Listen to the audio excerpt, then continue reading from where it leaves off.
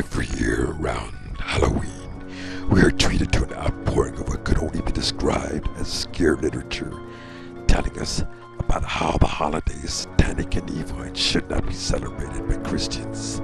These opinions are backed up by some rather unusual and very frightening fantasies masquerading as historical facts. The following videos are not intended to address whether or not Satan exists, nor to show that witches are nice granola-eating vegetarians and tree huggers who wouldn't harm a fly.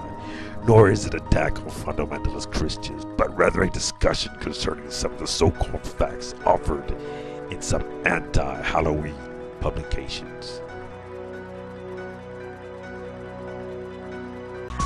Michele Blake wrote a very popular article entitled 10 Reasons I Kissed Halloween Goodbye. It was responded to by Yuriy, Stasyik and Ouellette. In this series we will go over each reason Blake gave.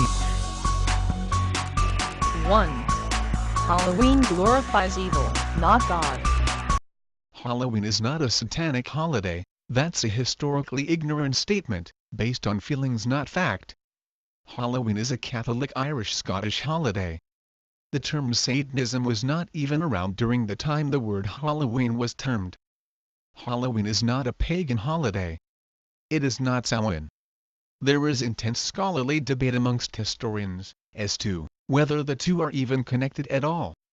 Many historians don't believe Halloween is connected to any pagan holiday at all. But even if they are connected, Halloween would turn out to be a Christian remaking of the holiday in the same way Easter and Christmas replaced thematic pagan holidays. We don't claim Christmas is still the pagan Yule which it replaced. We don't claim Easter is still the worship of Easter. Unless Mrs. Blake does. Our current Halloween, as we know it, appears to be a secular holiday that is devoid of all religion. There are no rituals or ceremonies and no point to add religious mythology and ideology into it. To claim these things shows a deep cultural ignorance. It's no secret that Halloween is all about witches and ghosts and fear and death. There is a great deal of fear and death in the Bible.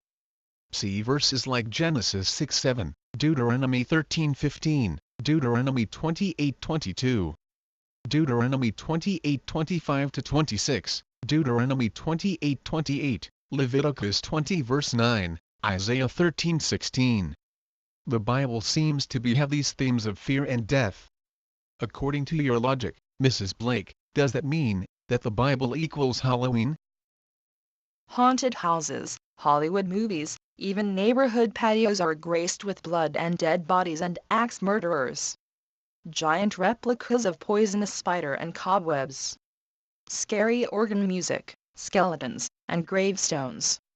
Can anyone deny that this holiday glorifies Satan and every evil thing? Again, the Bible is filled with more violence than Halloween can ever hope to portray. See Exodus 32:27, Deuteronomy 7:2, Deuteronomy 20:16, Deuteronomy 21:10-12, Deuteronomy 21:21, Deuteronomy 25:12, Numbers 31:17-18, Judges 21:10-11, Hosea 13:16, Ezekiel 9:6. According to this logic, the Bible glorifies Satan. Is that what Mr. S. Blake intends? I certainly hope not. Oh, but our family only dresses in good costumes. We are quick to point out, as if somehow sugar-coating the evil with smiling pumpkins and sparkly Disney princess costumes somehow changes the meaning of the celebration. Okay. Ask the kids who come to your house about the meaning. Well, they say, yes, we are here to worship Satan, all hail Satan. No. They want candy and fun, that's their meaning. Let's not ascribe Satan worship to a bunch of sugar-craving children. I too continued to dress up for several years, but no matter what creative spin I put on it, eventually I could no longer justify that anything I was doing in respect to this holiday was honoring to God. Sure, my costumes were cute.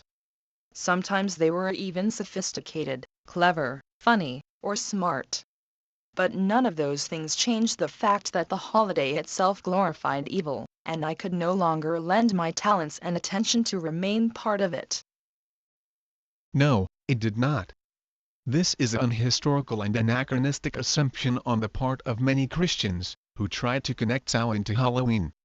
Most historians disagree with this urban legend. The ancient Samhain of the Celts, and the contemporary consumerist secular holiday called Halloween are almost 1,500 years apart, and share no direct traditions. Most of us know that Halloween is one of the highest, most holy days for witches and Satanists. What? How does this allegation prove anything? First, witches and Satanists, if they exist, are deluded people. Second, this is not common knowledge but superstition and fable. Third, it's almost certainly not true, as legitimate anti-cult organizations report that all the research tales about satanic abuse have been proven to be the result of mentally ill people projecting myths, not the result of real satanic cults. Even though we ourselves may not be involved in the practice of witchcraft, we give credence to the holiday by celebrating it. If we abhor evil, should we not also abhor any day designated to celebrate it? The Bible says to avoid even the appearance of evil. Test all things, hold fast what is good. Abstain from all appearance of evil. If we put aside our Dante for a minute and look at the Bible, what does Satan, the most evil being of all, look like? Well, the Bible says he appears as an angel of light. 2 Corinthians 11:14, and that he is the father of lies, John 8:44. So when Blake spreads forth outright lies about history, but comes with the appearance of the light, what does that mean? It also doesn't take a rocket scientist to discern that the Halloween is all about fear. Scary costumes, haunted houses, and horror movies are designed for no other purpose than to frighten us.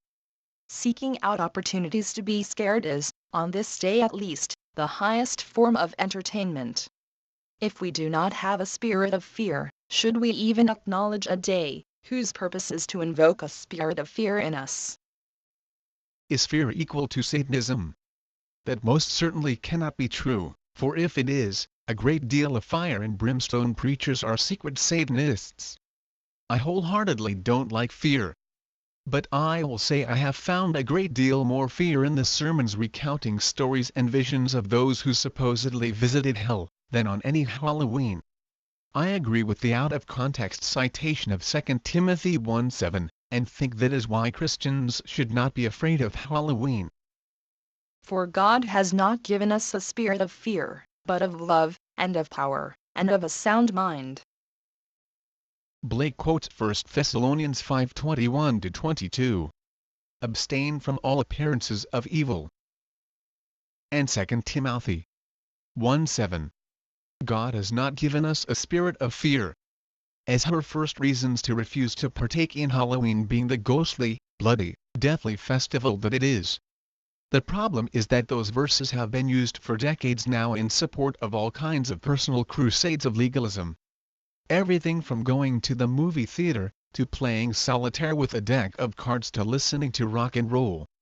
One might think, based on those standards, that the Old Testament itself is too gruesome, or contains too much blood and death and witches and cults and evil spirits, for Christians to read. Facing the reality of death is not something that should cause Christians of all people to be fearful, because we have the ultimate hope, that death has been defeated. 1 Corinthians 15:5. But you know what does glorify God? Families. Halloween was one of those crazy, all-in, fun family festivals for us. Sure, we don't need Halloween to draw closer as a family, and to have fun together, just like we don't need to go to Canada's Wonderland theme park. But Halloween is a festival that enhances our family time. At least it was for me growing up, and it will be for my own family now. Us in the holiness tradition are so concerned with personal piety, that the idea of family and community has too often been left to the wayside,